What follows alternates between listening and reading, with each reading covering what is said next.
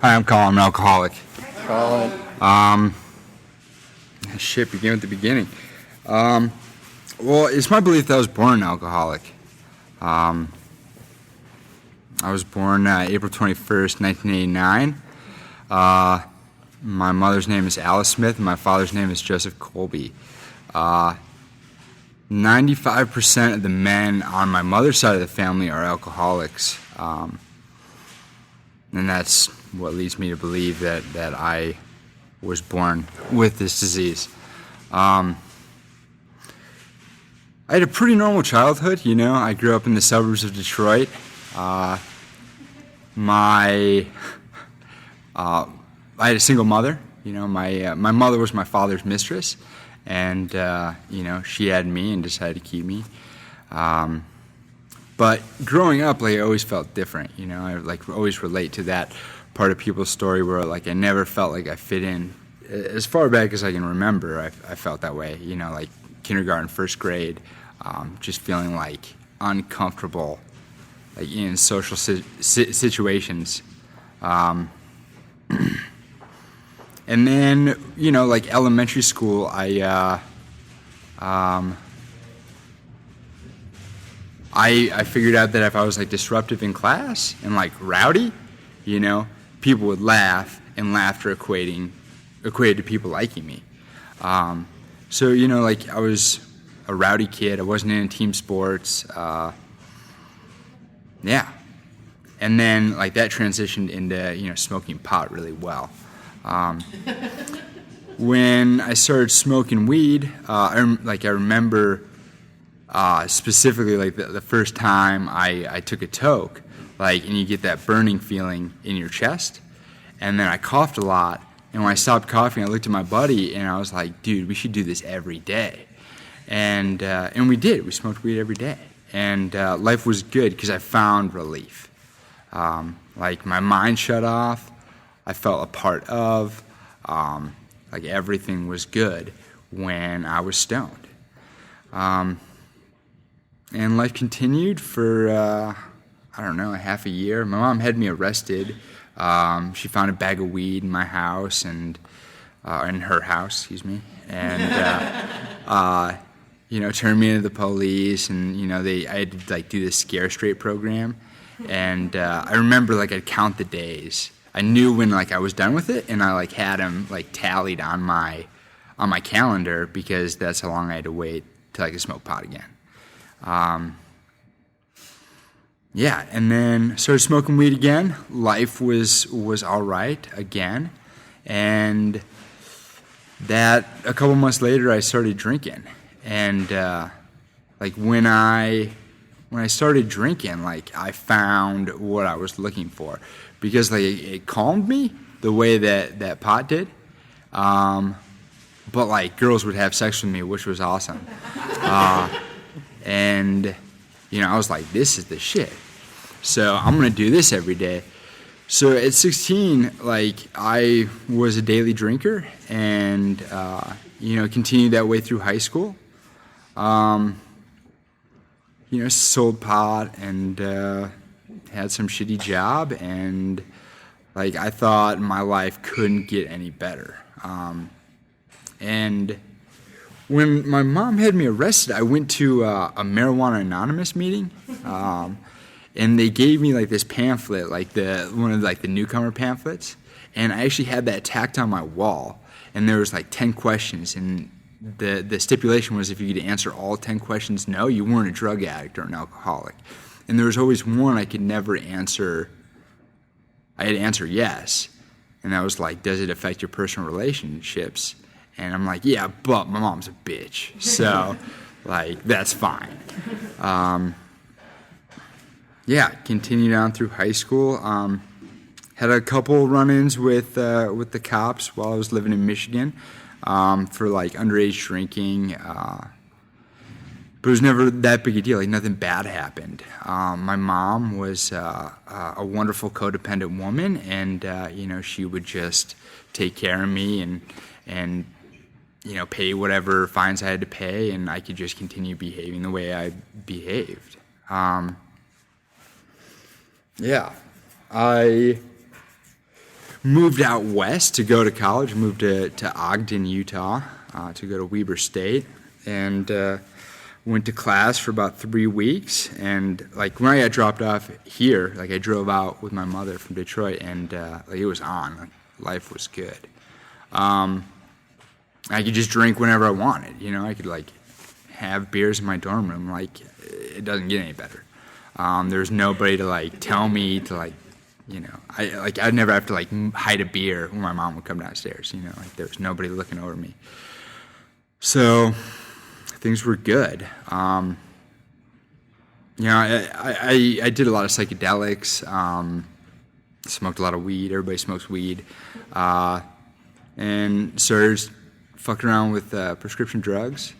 And like I could get a job like when I was living here because I was drinking. Like I'd wake up in the morning and I'd start drinking, and I could get a job, but I couldn't hold the job. You know, I think I had like 3 jobs, and I went to for like a week, and it was like, yeah, I can't do this. You know, I'd get wasted and sleep through my alarm or whatever it was. Yeah. So like rather than like being responsible and getting a job, I was just like, I'll start stealing shit from people. So, you know, I stole a lot of, you know, textbooks and computers and, like around the university, and, was breaking into houses and doing whatever, like grabbing whatever I could get my hands on. And, you know, like it was awesome. Like I enjoyed that just as much as I enjoyed drinking, because it was intense. It was an intense feeling.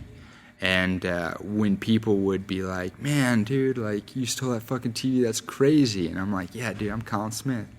What you think? But really, I just wanted to say, like, do you like me? Like, are you my friend? Because, like, I felt so alone. When I was, the last few months of my drinking, I would wake up every morning and I would think, like, I'm going to kill myself today, you know? And then the thought that would precede that was, no, I'll just get drunk instead. So, I mean, like, really, if I didn't have drinking, I probably would have killed myself. Anyways, you know, like, I'm not a very good burglar, and got arrested and went to jail. And, you know, I'm in Weber County Jail, and I call my mom, and she's like, you know, read the Bible, click. And I'm like, oh, man, I'm so fucked. But, you know, she rescued me, and, she bailed me out of jail and paid for my attorney and got me into treatment. And, like, I didn't think I was an alcoholic. You know, I'm like, things got a little crazy, but, like, the way that I drink is totally normal. And if you don't drink the way that I drink, you're a coward. That was, like, my thought process. And so, like, all through treatment, like, I'm not an alcoholic. This is bullshit. I'm gonna drink again. Yeah. I didn't want to get in any more trouble. The consequences were enough for me to, like, suffer through and wait.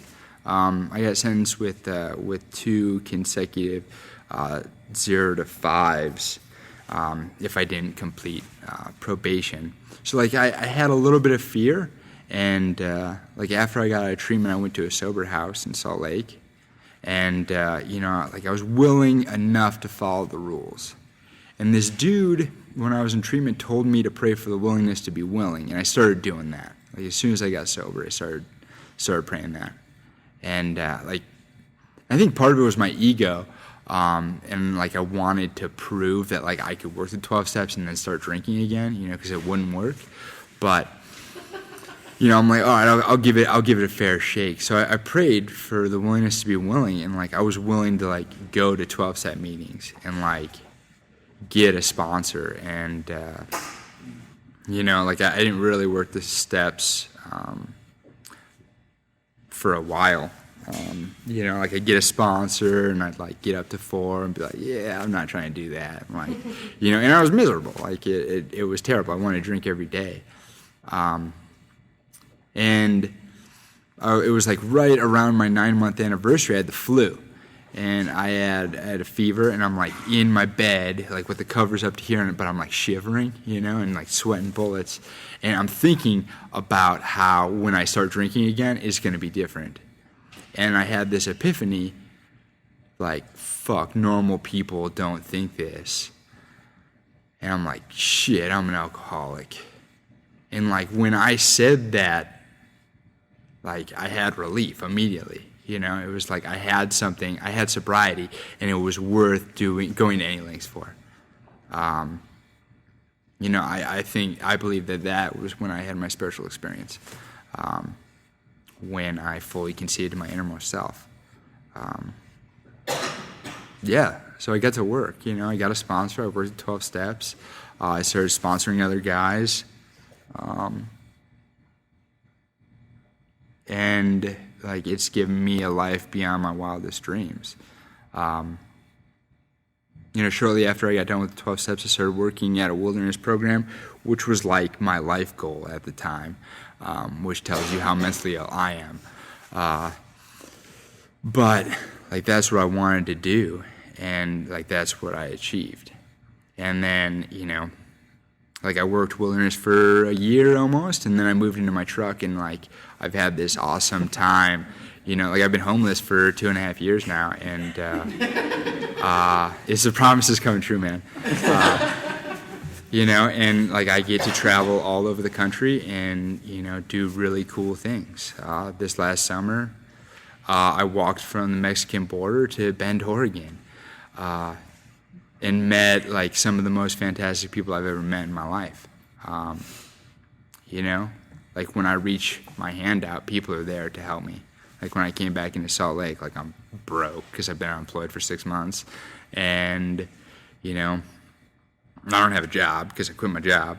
But like people give me places to stay, and like it's all because of the fellowship. My relationship with adult males is like the most important thing in my life. I have 2 mentors. One lives in southern Utah, and my sponsor lives in Denver. And I wouldn't trade those relationships for anything. It's just like a real personal relationship like that I can't describe, that I've never found like before now.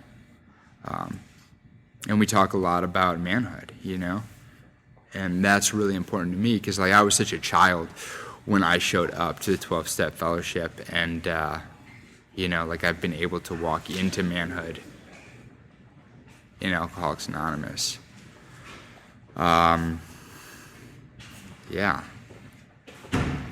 Life is good. I mean, I get to do cool shit all the time. I guess that's all I got. Was that 15 minutes? Yeah, dude, that was good. All right, cool. Cool. Thanks, Collin. Yeah.